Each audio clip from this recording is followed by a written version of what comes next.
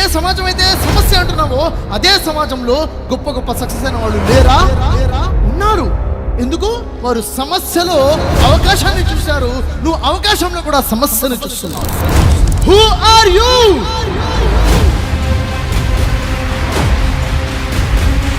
ఎప్పుడు కూడా అనాలిసిస్ చేసుకుంటూ ఉండాలి. నాలో ఏం డెవలప్ చేసుకోవాలి, నాలో మారాల్సిందేంటి, నాలో బెటర్మెంట్ ఏం కావాలి అని నువ్వు పెంచుకుంటూ నీ స్కిల్స్ని డెవలప్ చేసుకుంటూ ఉంటాడు.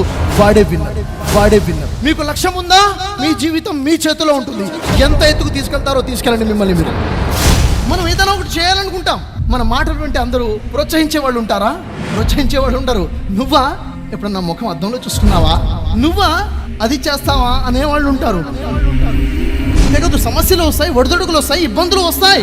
మానవుడు డిస్టర్బ్ అయిపోయి ఆత్మహత్య చేసుకోవాలని నిర్ణయాలు తీసుకుంటున్నారు.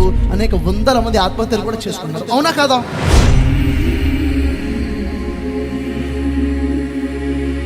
పదిహేను సంవత్సరాలు, 20 సంవత్సరాలు, 25 సంవత్సరాలు, 30 సంవత్సరాలు వాళ్ళు ఎంతో కోకొల్లల మంది జీవితాన్ని అర్ధాంతరంగా ముగించేస్తున్నారు. ఎందుకయ్యా అంటే ఎగ్జామ్లో ఫెయిల్ అయిపోయాము. ఎందుకయ్యా ఆ అమ్మాయి ఇలా ఉంది, ఎందుకయ్యా మా నాన్న తిట్టాడు. చిన్న సిల్లీ రీజన్స్. లైఫ్లో ఒడిదొడుకులు, ఇబ్బందులు, కష్టాలు వస్తాయి. కానీ వాటిలో మీకున్న మంచిని గమనించి if believe your strength you will be unbelievable. మీ స్ట్రెంగ్త్స్ని కనుక మీరు నమ్మటం మొదలు పెడితే మీరు ఇంకా అన్బిలీవబుల్ ఉంటారు. మనం ప్రతిరోజు చేసే ప్రయత్నాలు ఏవైతే ఉన్నాయో దానికి ప్రతిరోజు రిజల్ట్స్ రాకపోవచ్చు. కానీ మనం చేసే ప్రతిరోజు ప్రయత్నం మన రిజల్ట్స్ కారణంగా మారుతాయి. కాబట్టి శారీరక బలం కాదు, మానసిక బలం కావాలి. మానసిక బలం కావాలి. మానవుడు సాధించాలి అని. ఒక వ్యక్తి ఉన్నాడు, MBA కంప్లీట్ చేశాడు. దాదాపుగా 1 year అయిపోయింది, ఎక్కడా జాబ్ రాలేదు. ఇంట్లో వాళ్ళు నానా మాట్లాడుతున్నారు.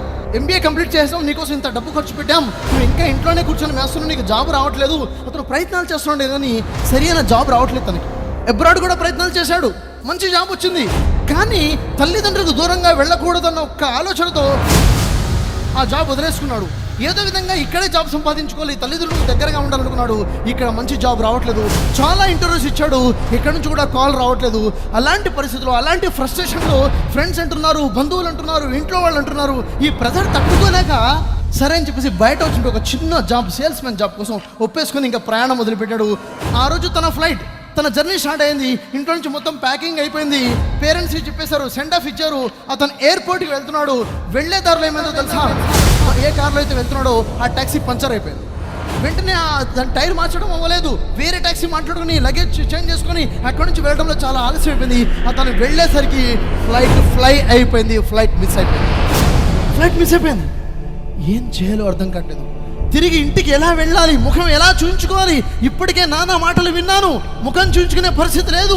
ఇంకా ఏం చేయాలి? అప్పటికే ఫుల్ ఫ్రస్ట్రేషన్లో ఉన్నాడు. ఏం చేయాలో అర్థం కావట్లేదు. ఎయిర్పోర్ట్ నుంచి బయటకు వచ్చాడు, ఇంటికి వెళ్ళలేదు. ఒక దగ్గర ఆగాడు, కేఫ్లో కూర్చున్నాడు. ఆలోచన వస్తున్నా, ఏం చేయాలి? ఇంటికి వెళ్ళలేదు, పారిపోదామా, చచ్చిపోదామా, అర్థం అవ్వట్లేదు. అంతలో టీవీలో ఫ్లాష్ న్యూస్ వస్తుంది. ఏ ఫ్లైట్ అయితే ఫ్లై అయిందో అది క్రాష్ అయిపోయింది. దాంట్లో ఉన్న వాళ్ళందరూ చనిపోయారు అనేసి. అందరూ చనిపోయారు.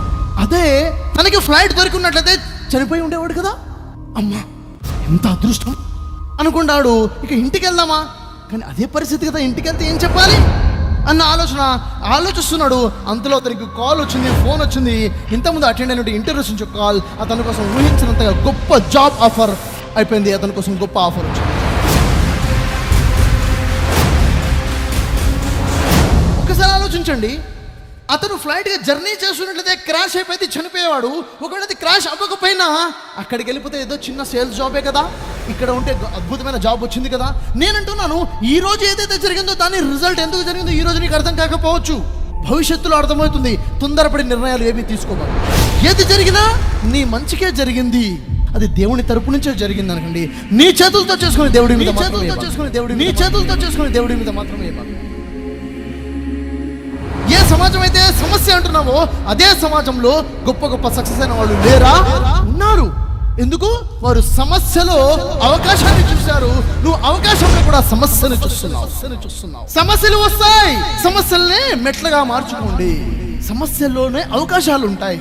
సమస్యలు రాకూడదు అంటే, సమస్యలు రాని వ్యక్తి ప్రపంచంలో ఒక్కడూ లేడు. నాకు సమస్యలే అవుతుంటే జీవితమే వద్దు అని అంటున్నావు అని అర్థం. సమస్యలు లేకుండా జీవితం ఉండదు. సమస్యలు ఉంటాయి.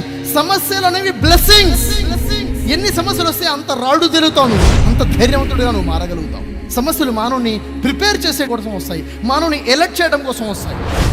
కానీ ఏవైతే నిర్ణయాలు జరుగుతున్నా నువ్వు ప్రయత్నం చేసిన తర్వాత ఇది నా మంచిగా జరిగిందనుకోండి, తప్పుడు నిర్ణయాలు తీసుకోవద్దు.